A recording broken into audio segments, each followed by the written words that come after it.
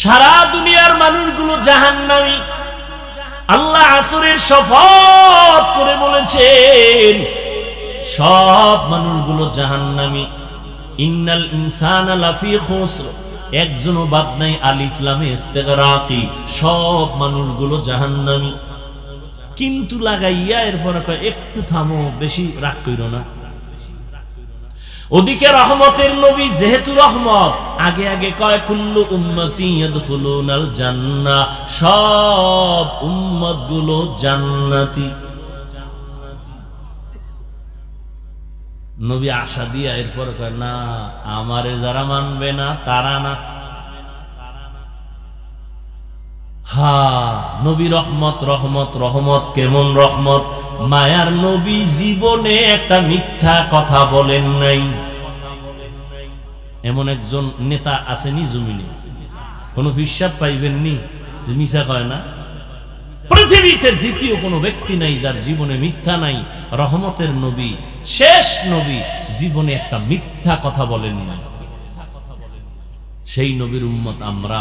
কপাল খারাপ, নবীরে চিনি না। কেমন নবী আমার?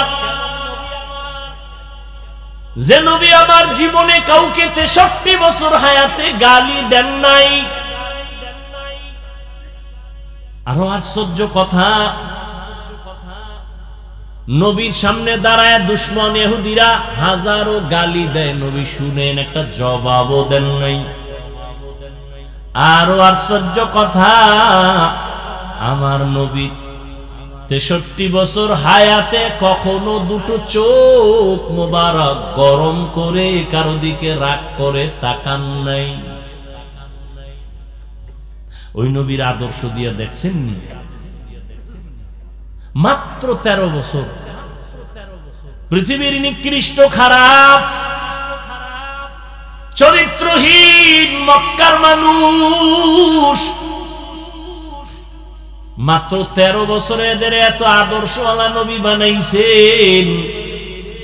আল্লাহ জিবরাইল আমিনকে লিস্টি পাঠায় দিয়া বলে, জিবরাইল নবীরে লিস্টি দিয়া দাও, এই লিস্টিতে যাদের নাম আছে নবী যেন ঘোষণা দেয় এরা সব বিনা হিসাবে জান্নাতি। তুমি স্বাধীনভাবে চলো আর সরকারের টাকা খাও, 50,000 টাকা বেতন, 20,000 টাকা বেতন, টেবিলের নিচে আরো 50 মারো। আবার সরকারের বিরুদ্ধে লাল বাতি জ্বালাবার স্লোগান দাও, মানববন্ধন করো। আর আলেম মসজিদের ইমাম মাইক লাগায় কয় আমগো ইমাম কিন্তু সমাজের নেতা। সাফাবাজিটা করছে লাইন মতো, কিন্তু ইমামের জেলখানার মতো আটকায় রাখছে। এক ওয়াক্ত নামাজে না থাকলে কি পরিমাণ জবাবদিহিতা লাগে। রিমান্ডের মাইক শুরু হয়ে গেছে। হুজুর গেছিলেন কই? কেজি গায় রিকশার ড্রাইভার, কিও তোমার পাওয়ার কি? কয় ব্যাঙের মতো, আমিও 5 টাকা দেই। ইমামের জেলখানার মতো রাখছে না? একদিনের ছুটি না নিয়ে যদি ইমাম নামাজ না পড়ায়, কি যে কঠিন অবস্থা। অথচ এই দেশের ওলামায়ে কেরাম জাতিকে যা দিছে নিঃস্বার্থভাবে এই দেওয়াটা কেউ দেয় নাই। দিছে? দেয় নাই। মোনাজাত দিলেই দোয়া, ও আল্লাহ অসুস্থ রোগীরে সুস্থ বানাও, ব্যবসাওয়ালাদের ব্যবসায় বরকত দাও, চাকরিওয়ালাদের চাকরিতে বরকত দাও, আল্লাহ কবরওয়ালাদের জান্নাত বানাও। কোনোদিন বরদোয়া করে নাই, মনে কষ্ট নেয় নাই। আল্লাহর মোহাব্বতে সবাইরে দেখলে আগে সালাম দেয়। ও আল্লাহর বান্দারা, তাকাইয়া দেখছো করোনার ভেতরে মাস্কের উপরে ট্রিপল মাস্ক লাগায় ঘুরছে আল্লাহর বান্দারা, আর করোনার লাশগুলো অকাতরে সব পচে গলে গেছে। 2 সন্তান শিক্ষিত কুলাঙ্গার, বাবায় মারা গেছে, লোকেরে টাকা দিয়ে কয় লাশটা বাইরে রাস্তার পাশে ফেলে আয়। লোকেরা টাকা পাইয়া লাশটা বাইরে ফেলে আসছে। সন্তান জানালা লক করে দিছে, জানালা খুলে তাকাইলো না। বাবার লাশটা কি কুত্তায় খাইলো নাকি জানাজা হইল? এই রকম শত শত করোনার লাশ আমার দেশের পুলিশ ভাইরা কিছু, আর অধিকাংশ আলেম টুপিওয়ালারা ওই লাশগুলো কাঁধের মধ্যে নিলেন, কাফন পরাইলেন, গোসল করাইলেন, জানাজা পড়াইলেন, কবরে দাফন করাইছেন। আল্লাহর সাক্ষী ইতিহাস ভুলে যায় না রে আল্লাহর বান্দারা, এত লাশ হুজুরেরা দাফন করছে, একজনেও করোনায় মরে না। বানায় কইছি, স্কুল বন্ধ করে নাই, কলেজ বন্ধ, চাকরি বন্ধ, ব্যবসা বন্ধ, ট্রেন বন্ধ, গাড়ি বন্ধ, সব অচল হয়ে গেল গোটা দুনিয়া। কিন্তু তাকাইয়া দেখছো আল্লাহওয়ালা কোরআনওয়ালাদের একটা মাদ্রাসাও বন্ধ হয় নাই।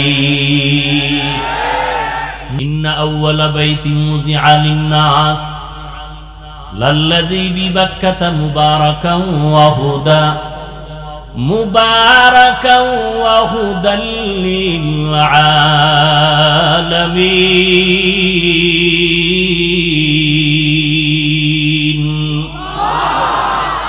পৃথিবী নামক গ্রহ বানায় আল্লাহ একটা ঘর বানাইলেন, ইবাদতের ঘর, হেদায়েতের ঘর। জমিন বানায়া ঘর বানাইছেন, আর কিছু নাই। একটা ঘর বাইতুল্লাহ বাক্কা নগরীর ভেতরে, ঘুমের ঘর, বসবাসের ঘর না ইবাদতের ঘর? বসবাসের ঘর কেন বানান নাই? ইবাদতের ঘর কেন আল্লাহ বানাইছেন? এর একমাত্র কারণ, জমিনের চিফ গেস্ট হবে একমাত্র মানুষ। জিনও এ জমিনের চিফ গেস্ট না, ফেরেশতারাও এ জমিনের বাসিন্দা না। একমাত্র চিফ গেস্ট হবে, প্রধান মেহমান হলো মানুষ। আর আল্লাহ মানুষ বসবাসের জন্য দুনিয়ায় পাঠাবেন না, আল্লাহ মানুষ বানাবেন তার ইবাদত করার জন্য। এ কারণে আল্লাহ ইবাদতের ঘর আগে বানায় রাখছেন। ওই ঘরটার দাম কত? বান্দা চুপচাপ দাঁড়ায় দাঁড়ায় আল্লাহর ঘর দেখবা, কিছু বলবা না, শুধু তাকায় দেখবা এটা আমার আল্লাহর ঘর। অনবরত আমলনামায় সওয়াব লেখা হবে।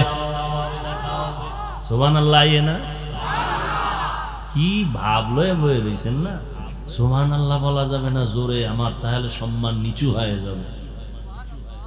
কি সুবহানাল্লাহ বললে লাভ না ক্ষতি? তো বলেন না কেন? আর কি সময় পাবেন না আমল করার? এই হাওয়া বাতাস খাইয়া তো জীবনটা কাটায় দিলেন। চেহারার চামড়া গুলো ভাঁজ হয়ে গেছে, এরপরও পশ্চিম চিনেন না। কত বড় চাপাবাজ আপনি, আবার বলেন আমার দিল পরিষ্কার। আল্লাহ হেদায়েত দান করুন। এত দামি একটা ঘর, এই ঘরের আঙ্গিনায় যদি 1 রাকাত নামাজ কেউ আদায় করে, 1 লক্ষ রাকাত নামাজের সওয়াব আল্লাহ দান করবেন। বাইতুল্লাহ দামি না হেরা পাহাড় দামি? কি বাইতুল্লাহ দামি? কিন্তু কঠিন প্রশ্ন, এই বাইতুল্লাহ ছেড়ে আমার নবী হেরা পাহাড়ে কেন যাইতেন? এই প্রশ্নের জবাব যদি আমার সোনার বাংলার টুপিওয়ালা মৌলবীরা জানতো, কোনদিন খাঁটি ওলি আউলিয়ার বিরোধিতা করত না। এই স্লোগান দিয়েন না ভাই, আমি এটি পছন্দ করি না। স্লোগান দিবেন নাস্তিক বেঈমানের বিরুদ্ধে, স্লোগানের জায়গা আলাদা, চিৎকারের জায়গা আলাদা। এটা রাজনীতির মঞ্চ। রাজনীতির মঞ্চ যদি হইতো তাহলে দলমত নির্বিশেষে এখানে সবাই আসতো না। আওয়ামী লীগ ওয়ালারা ডাকলে বিএনপি যাবে? বলেন, বিএনপি ওয়ালারা সমাবেশ দিলে আওয়ামী লীগ যাবে? মসজিদে তাবলীগ ওয়ালারা ডাকতেছে, ওই লাইনের লোক ছাড়া বাইরের কেউ যায়? কিন্তু এখানে আওয়ামী লীগ আসছে, বিএনপি আসছে, গোষ্ঠী শুদ্ধ সব লাইনের মানুষ এখানে আছে না? যারা ফেসবুকে আলেমরে গালি দেয়, আমগো কাফের কয়, এরাও আইছে, আয় নাই? কারণ কি? বিএনপি ডাকলে সমাবেশে আওয়ামী লীগ যায় না, আওয়ামী লীগের সমাবেশে বিএনপি যায় না। আর এটা কেমন একটা প্যান্ডেল, সব লাইনের মানুষ এখানে এসে বসছে। আবার অন্য দলের কোন সমাবেশে গেলে আগে গাড়ি লাগে ফ্রি, এখানে কোনো ফ্রি নাই। কেউ পায়ে হেঁটে আসছে, কেউ গাড়ি ভাড়া দিয়ে আসছে। ওখানে যাওয়ার পরে আবার বসার জন্য ভিআইপি চেয়ার, ফাঁকে ফাঁকে নাস্তা না হয় চেয়ারের বাড়ি। আবার ওই সমাবেশকে নিয়ন্ত্রণ করার জন্য কত পুলিশ লাগে, র্যাব লাগে, না পারলে শেষ পর্যন্ত উত্তরেরই কারণ মানুষের উপরে কোনো বিশ্বাস নাই। বডিগার্ড বডির মধ্যে গুলি মারে, কুত্তা বেঈমানি করে না। কিন্তু এখানে কোনো গাড়ি ভাড়াও নাই, নাস্তা আসেনি, আছে। বরং আপনারা টাকা আরো দান করলেন, বসার জন্য ভিআইপি ব্যবস্থাপনা, খের দেখছেন কি ভিআইপি খের, তাও নাই। পাশার তলে কি জুতা। जिंदगी में बंदगी तू करना है, जिंदगी में बंदगी तू करना है, जिंदगी बे बंदगी शर्मिंदा है, जिंदगी बे बंदगी शर्मिंदा है। दुनिया में हो दुनिया का तलबगार न हो, बाजार से गुजर हो खरीदार न हो। ये दुनिया एक मिसल कागज फूल है, ये दुनिया एक मिसल कागज फूल है, जिंदगी में बंदगी तू करना है, जिंदगी में बंदगी तू करना है,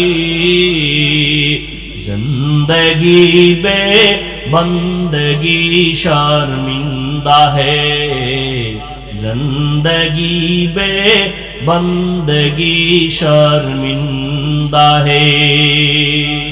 जिंदगी में बंदगी कुन बंदगी, बंदगी बे जिंदगी शर्मिंदगी। বাইতুল্লাহর এত দাম, বাইতুল্লাহ সারিয়া নবী হেরা পাহাড়ে 40 বছর সময় কাটালেন কেন? বড় কঠিন প্রশ্ন। এই প্রশ্নের জবাব যদি আমার দেশের ওলামায়ে হযরত জানতেন, কোনদিন ওলি আউলিয়ার বিরুদ্ধে জবান খুলতেন না। আর আমি তো চ্যালেঞ্জ করে সারা বাংলাদেশে বলি, শুধু চ্যালেঞ্জ না, আল্লাহর জাতের কসম করে বলি, একবার না 3 বার কসম করে বলি, ওয়াল্লাহি বিল্লাহি তাল্লাহি। আল্লাহর কসম একবার, আল্লাহর কসম 2 বার, আল্লাহর কসম 3 বার। যারা ওলি মানে না, আউলিয়া মানে না, এরা কোরআন মানে না, বুখারী শরীফও মানে না, এরা ভণ্ড। এদের যারা ভণ্ড বলবে না, তারাও ভণ্ড। এই এত অ্যালার্জি, আমি এখন তোমার বাড়ি আসছি, কি প্রশ্ন আছে? দাঁড়াও, কম জ্বালাও নাই তো জীবনে, এবার প্রশ্ন পাঠাও, কি করবা? তবে তোমারে লাগবে সিফাগল্লিতে কাগজ পাঠাই একটা প্যাচ লাগাবা না, ওই তোমার প্যাচে আমি পড়তে রাজি না। সামনে এসে বসো, আগে আলহামদুলিল্লাহটা সুন্দর করে শুনাইতে হবে, এরপরে তোমার প্রশ্নের জবাব। কি লিখতে জানে না মুজবার জন, বাপের নাম নাই জানগাজির বেয়াই, আমাকে বরিশালের ভাষা।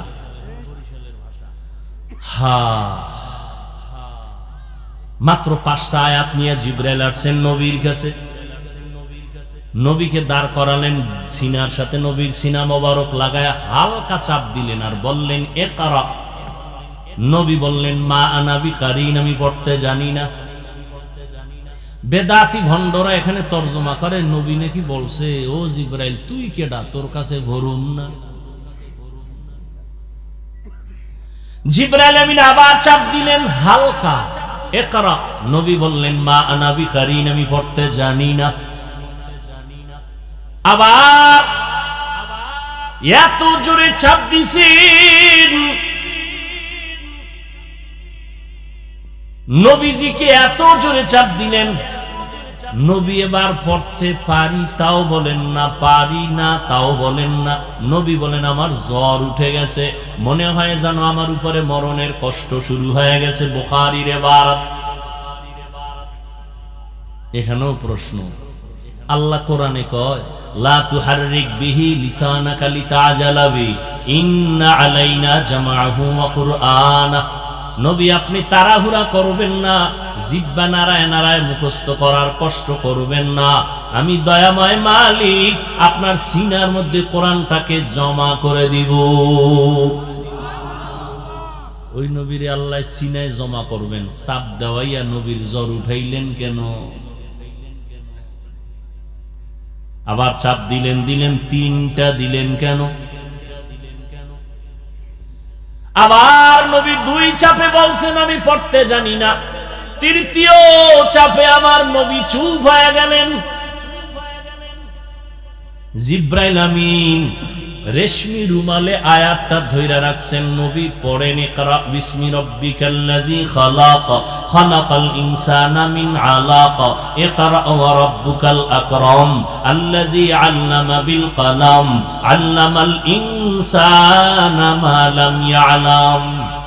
5 আয়াতের সাফে নবী অসুস্থ। 3 বছরে জিব্রাইল আর আয়াত নিয়ে আইয়ে না। 3 বছর পরে আবার আসছেন, ইয়া আইয়ুহাল মুদ্দাসসির কুম ফাআনযির রাব্বাকা ফাকাব্বির ওয়া সিয়াবাকা ফাতাহহির। এই চালাক বাঙালি দিনাজপুরের মানুষ, রহমতের নবীর কাছে মাত্র 5টা আয়াত নিয়ে আসছেন, আর 3 বছরে খবর নাই। এইভাবে করে করে আবার আল্লাহ 30 পারা কোরআন শরীফটা নবীর কাছে আসতে লাগছে কয়দিন? কয় বছর? নবীর কাছে কোরআন আসতে লাগলো 23 বছর। আর তুমি সেই কোরআন রাতারাতি পইরা ভিজিটিং কার্ডে লেখবা মুফাসসিরে কোরআন, এটা চাপাবাজি ছাড়া কিছুই না। এইটা বুঝাইতে গিয়ে ইয়াদ দূর গেলাম। রাগ করলেন? আমার ট্রেনের টাইম হয়ে গেছে।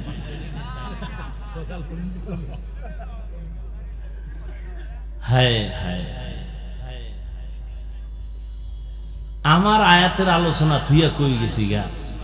ওই যে বলছি বক্তার কোনো বাহাদুরি নাই বয়ানের ক্ষেত্রে, শ্রোতাদের আকর্ষণে যা দরকার আল্লাহ তাই বের করবেন। এই কথাগুলো এই এলাকার জন্য হয়তোবা আল্লাহ চাইতেছেন, এই রোগের রোগী বহু আছে। কি আমি তো মুখস্থ করে আসি না যে এই কথার পরে এই কথা বলবো, কোন বিষয় বয়ান করবো তাও চিন্তা করি না। আউযুবিল্লাহ যখন ঢুকছি খুতবায় বিসমিল্লাহ গিয়া চিন্তা করলাম, এই আয়াতটা সামনে আসছে, আয়াত পড়লাম, ওয়ামা আরসালনাকা ইল্লা রাহমাতাল লিল আলামিন। হাদিসের তরজমাটা মনে আছেনি? সাহাবায়ে কেরাম বললেন নবী আপনাকে মানে না কারা? মনে আছে তো? এবার নবী কি জবাব দেয় এই পয়েন্টটা একটু খেয়াল করবেন। নবী বলেন যারা আমার অনুকরণ করে তারা জান্নাতি। বিপরীত কথা কি দাঁড়াইছিল? যারা অনুসরণ করে না তারা কি? কিন্তু এই কথা নবী বলেন নাই। নবী কি বলছেন? নবী বলছেন ওয়ামান আসানি ফাকাদ আবা, যারা আমার বিরোধিতা করে তারা আমারে মানে না। এখনো বুঝেন নাই? আল্লাহ সবাইকে বুঝদান করেন। নবী এই কথা বলেন নাই যারা আমার অনুসরণ করে না তারা আমারে মানে না।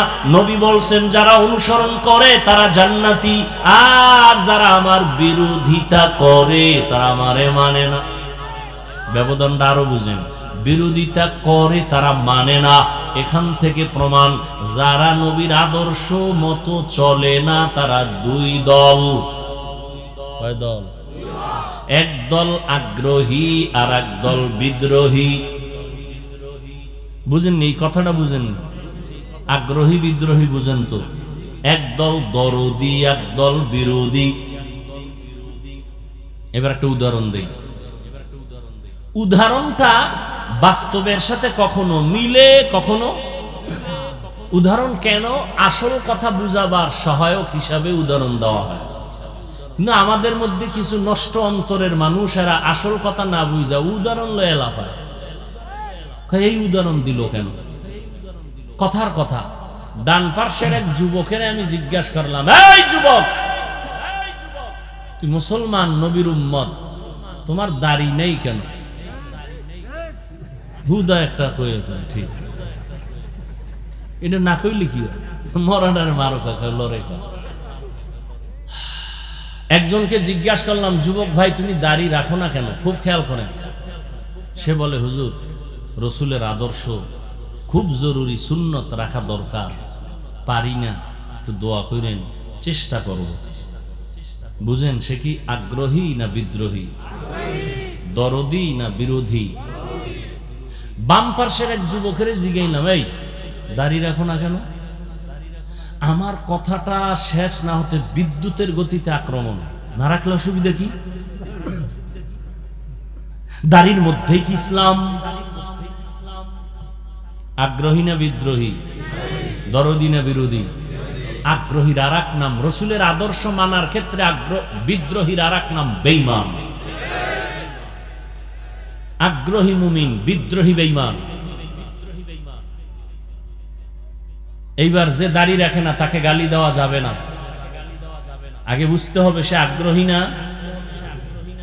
যে দাড়ি রাখে না তাকে গালি দেওয়া যাবে না। যে দাড়িটা পছন্দ করে না তাকে ছাড় দেওয়া যাবে না, সুযোগ পেলেই জুতার বাড়ি।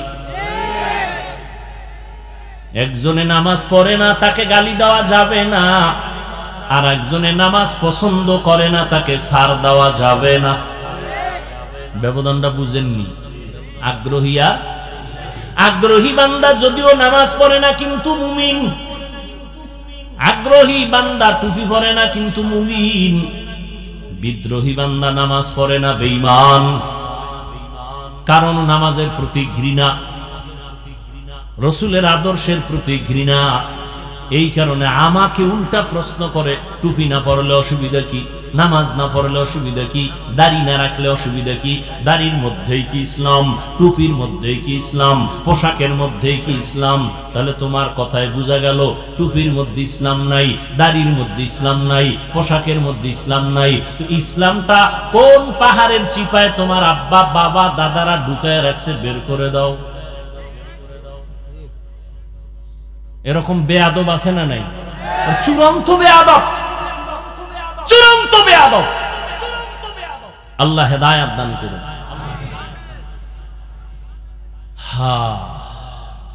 এবার হাদিসটা শেষ, মোটামুটি তো বুঝতে পারছি আলহামদুলিল্লাহ। এবার আয়াতে ঢুকি। ওয়ামা আরসালনাকা ইল্লা রাহমাতাল লিল আলামিন। আল্লাহ বলেন, হে রাসূল, আমি আপনাকে পৃথিবী নামক গ্রহে পাঠাই নাই। হ্যাঁ, পাঠিয়েছি জগৎ সমূহের রহমত হিসাবে। ঘুরাইয়া বললেন কেন পাঠাই নাই? হ্যাঁ পাঠাইছি। ডাইরেক্ট যদি বলতেন, নবী আমি জগৎ সমূহের রহমত করে আপনাকে পাঠাইছি, ঘুরাইয়া কেন বলছেন? এর একমাত্র কারণ, ও জাতি, দুনিয়ার মানুষ ভালো করে জেনে নেও, তোমাদের জেহেনটা খালি করে নাও, আমার নবীর শুরু শেষ সবটাই হলো রহমতে ভরা। এই জন্য দেখছেননি আল্লাহ কয়, আল্লাহর কথার শুরুতে গরম, পরে আইয়া নরম। নবী আগে নরম, রহমতের নবী তো। এই জন্য আল্লাহ কি কয় জানেননি? ওয়াল আসর ইন্নাল ইনসানা লাফি খুসর। আসরের শপথ, সব মানুষগুলো জাহান্নামী। আমেরিকার মানুষ জাহান্নামী, দিনাজপুরের মানুষ জাহান্নামী, আমাকে বরিশালের ডিবাত, সারা দুনিয়ার মানুষগুলো জাহান্নামী। আল্লাহ আসরের শপথ করে বলেছেন সব মানুষগুলো জাহান্নামী। ইন্নাল ইনসানা লাফি খুসর, একজনও বাদ নাই, আলিফ লামে ইস্তিগরাকি, সব মানুষগুলো জাহান্নামী। কিন্তু লাগাইয়া এরপর কয় একটু থামো, বেশি রাগ কইরো না। ওদিকে রহমতের নবী যেহেতু রহমত, আগে আগে কয় কুল্লু উম্মতি ইয়াদখুলুনাল জান্নাহ, সব উম্মত গুলো জান্নাতি। নবী আশা দিয়া এরপর কয় না, আমারে যারা মানবে না তারা না।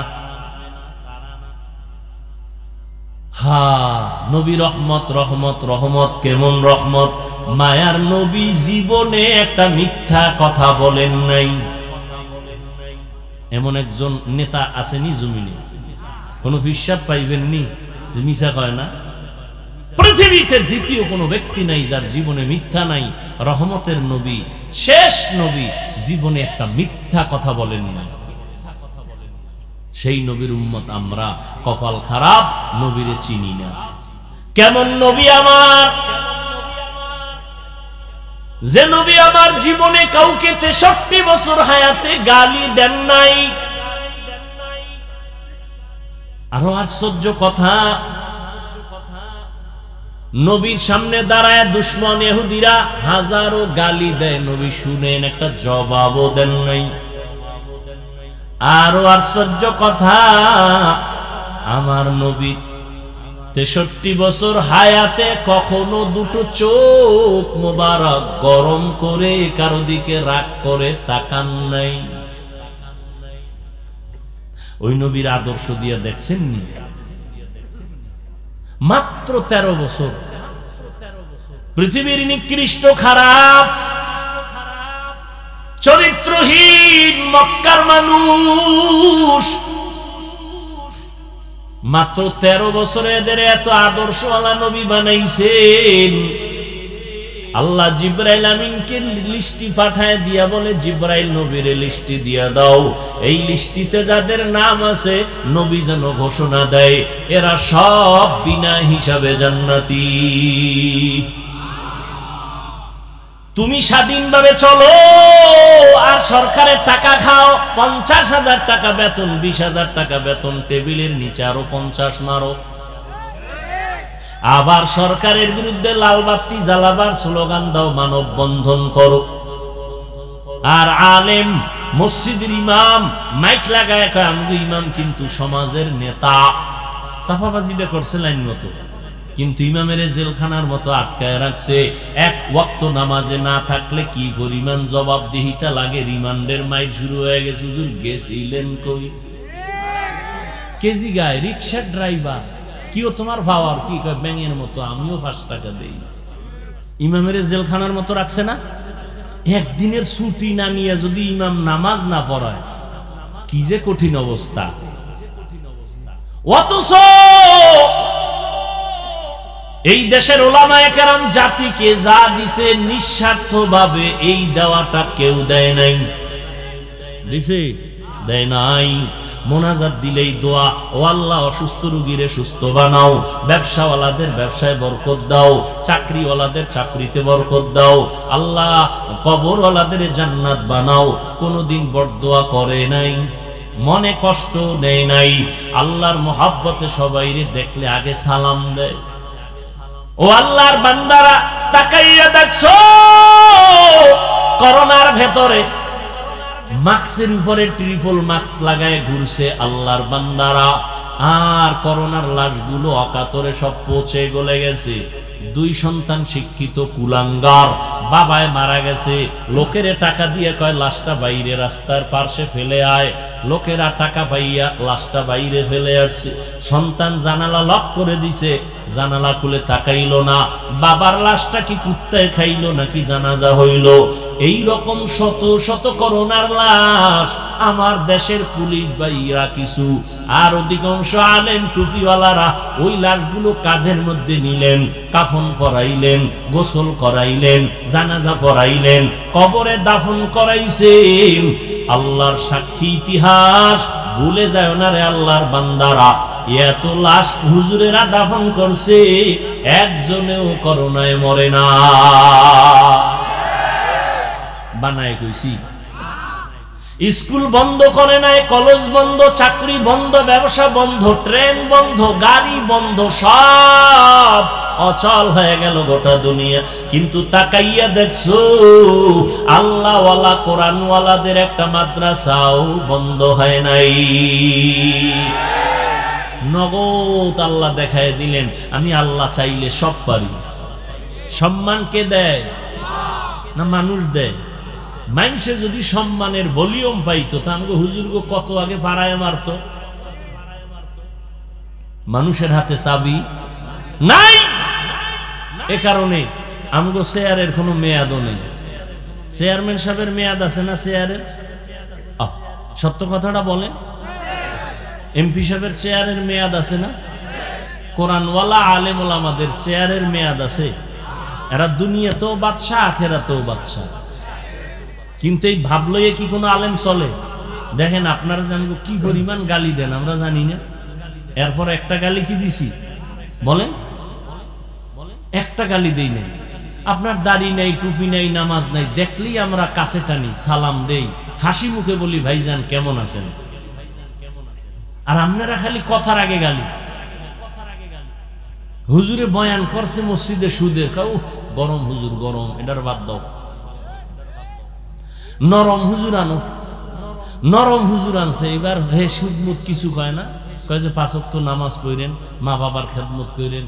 আর এক দল পিছে লাগছে, কি কয় বেশি নরম, ইমানই নাই। এই হুজুরের ইমান দুর্বল, নরম হুজুর। কত চালাকি করলেন। কোন আলেম আপনার বিরুদ্ধে যায় নাই, গালি দেয় নাই, দেখলে সালাম দিছে।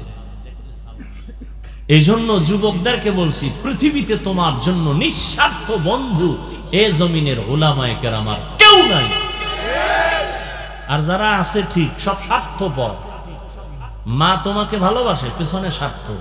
প্রমাণ? এটা কোন থানা? থানার ডায়েরি তালাশ করো, বহু সন্তান মা বাবার বিরুদ্ধে মামলা করেছে। বহু মা বাবা সন্তানের বিরুদ্ধে মামলা করে না? সন্তান বিপদে পড়লে, কঠিন বিপদে, বাপ মায় কয় এটা আমার ছেলেই না। কিন্তু ওলামায়ে কেরাম কখনো স্বার্থের জন্য কাউকে মহব্বত করে না।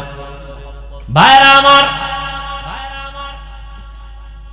রহমতের নবী আল্লাহ বললেন আমি জগৎ সমূহের জন্য রহমত করে পাঠাইলাম। এখানে অনেকে তরজমা করে ওমা আরসালনাকা ইল্লা রাহমাতাল লিল আলামিন, উভয় জগতের জন্য রহমত। আমি তরজমা করলাম জগৎ সমূহের জন্য রহমত। উভয় জগৎ বললে বোঝা যায় দুই জগৎ, দুনিয়ার জগৎ, পরকালের জগৎ।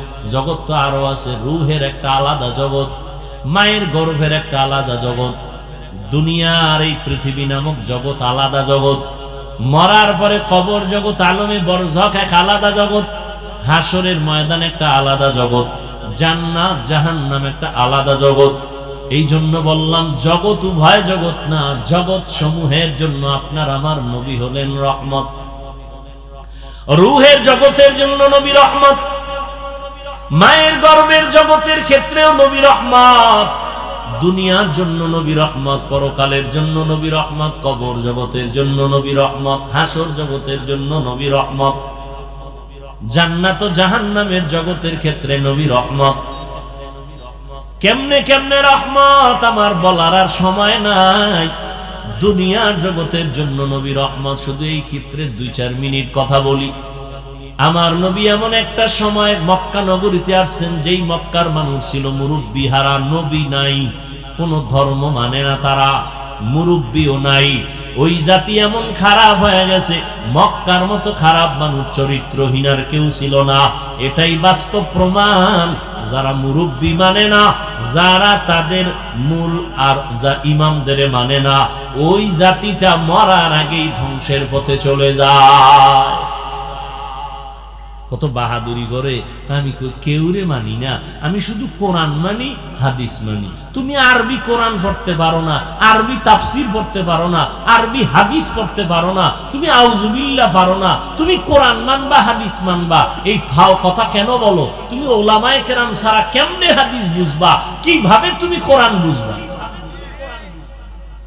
মুখে আসছে আর বলে দিল যে আমি কোন হুজুর টুজুর মানি না, আমি কোন ব্যক্তি মানি না, আমি কোরআন মানি, হাদিস মানি।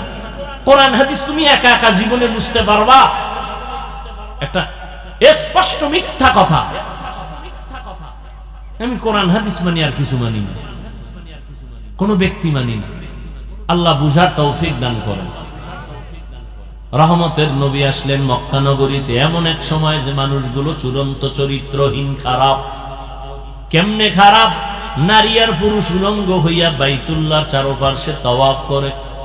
রহমতের নবী আসছেন, এমন এক আদর্শ নিয়ে আসছেন, ওই আদর্শ গ্রহণ করা মাত্র মক্কার মানুষ দামি হয়ে গেল। মাত্র 13 বছরে তাদের এত সম্মান। নবী একটা গালিও দিলেন না, চোখ গরম করলেন না, বেতের বাড়ি দিলেন না। ও আল্লাহর বান্দারা, আর আমরা হেদায়াতের পক্ষে মানুষের ডাকার জন্য মনে করছি গালি দিলে বুঝি হেদায়াত পাবে।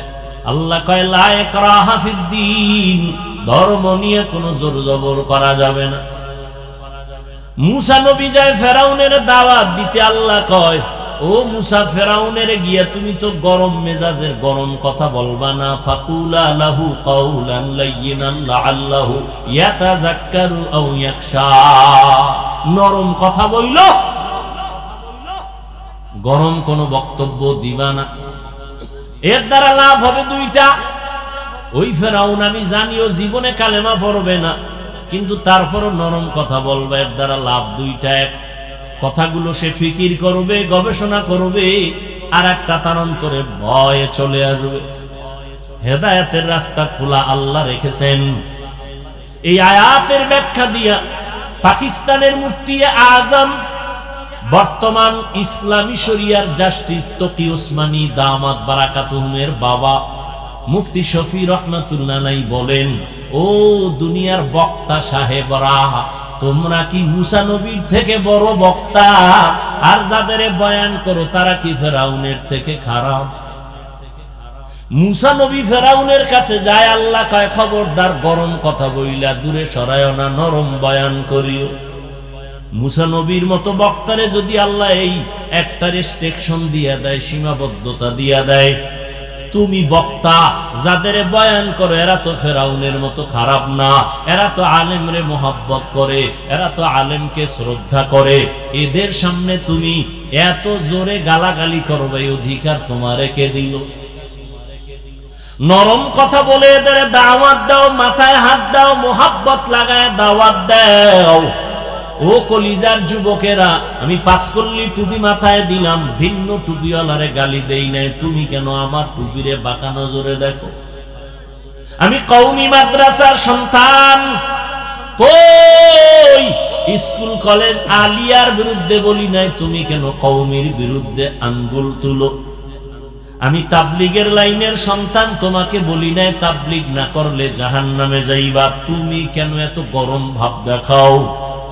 আমি খাঁটি আল্লাহ ওলিয়া উলিয়ার পক্ষে কথা বলি, তাদেরকে মানার চেষ্টা করি, কিন্তু বলি নাই তাদেরকে না মানলে তুমি জাহান্নামে যাইবা, তুমি কেন মাথা গরম করো? ও যুবক, আমি একবারও বলি নাই স্কুল পড়ো, কলেজে পড়ো, ছেড়ে দাও, মাদ্রাসায় চলে আসো, হুজুর হও, একবারও বলি নাই।